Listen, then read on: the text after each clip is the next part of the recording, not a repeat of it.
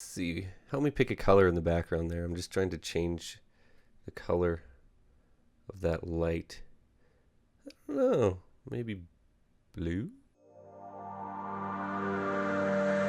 Hey guys, what's up? It's Josh WRB here, bringing you a brand new review, and today I am reviewing John Wick 2, Keanu Reeves. If you haven't seen the first one, this is literally 2 weeks after what happened in the first one, and I like that they did that because the first one, the story is so little. It's about a guy who loses his wife, and then some idiot kid comes and kills his dog and steals his car. So he kills everyone in the movie.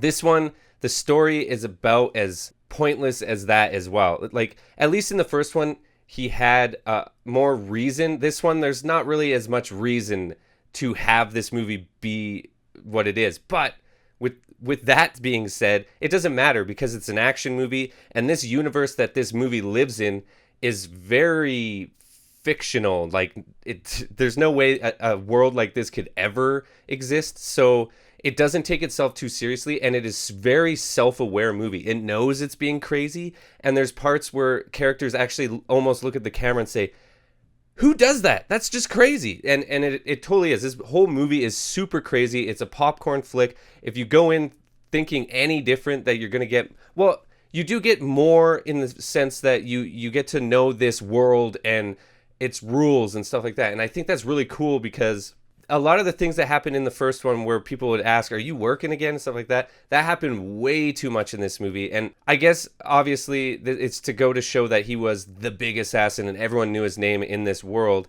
And for him to come back, everyone's like, oh, this is crazy. But that the choreography and the action scenes in this movie are, I think, the best I've ever seen. Like, when you went and saw Matrix for the first time and you saw all the choreography and stuff in that movie, it was mind-blowing. In this one, it looks like they spent a lot more time on just the choreography and making sure that all these action scenes were super long takes. And it's so cool to see an action movie not done cut, and you see like a one shot for like a good 1.5 to 2 minutes and he's killed like 15 to 20 people on screen in one shot. Like, he's rolled over, he shot a guy in the head, he shot another guy in the calf, in the head, in the shin, in the stuff. Like, it's insane to watch. Like, his gun fu, I don't know if gun fu is a real thing or if it was honestly just like for this movie, because I've never really seen the like punch gun thing. Like, he's like almost punching people in the face with his gun, but shooting it at the same time. So their heads are exploding as he's like punching them. For that reason alone, this movie is definitely a must see. But there are times in this movie in the middle where it just lags. It drags on a little too long. Like the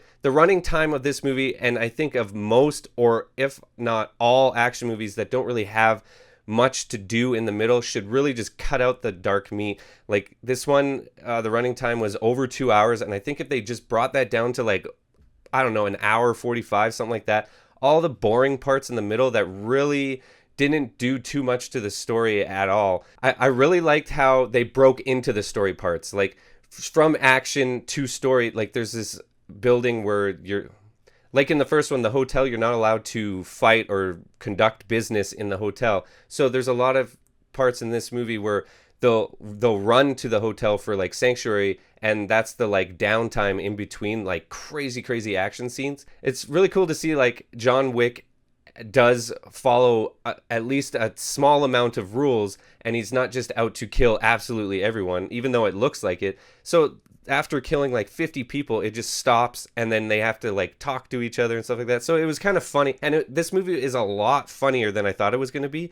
It pokes fun at itself, and there's parts where it's so ridiculous that the whole audience is laughing at like an action scene. Other than the downtime in the middle, this movie is super fun to watch. Grab your popcorn and watch. I think like over 70 people die in this movie or something like that. It's just insane.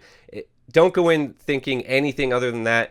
And if you do, you will really enjoy this movie. But if you want a little more substance, then you're not going to get it with this movie. But with that being said, it is definitely worth checking out. If you're a fan of the first one, you're definitely going to be a fan of this one. I'm giving this one 4.5 out of 6 bottles. The downtime in the middle just really bored me too much, and there was a few parts in the action that were a little too crazy and kind of took me out of the movie a little bit, because I was like, wow, that really couldn't happen. And I feel like I'm going to be that way the whole time with Fast and Furious 8.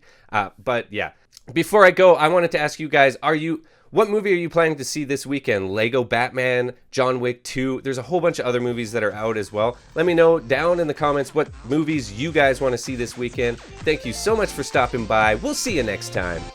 Don't forget to click this video you see on the screen. You might actually like it. Hit that subscribe button if you haven't already.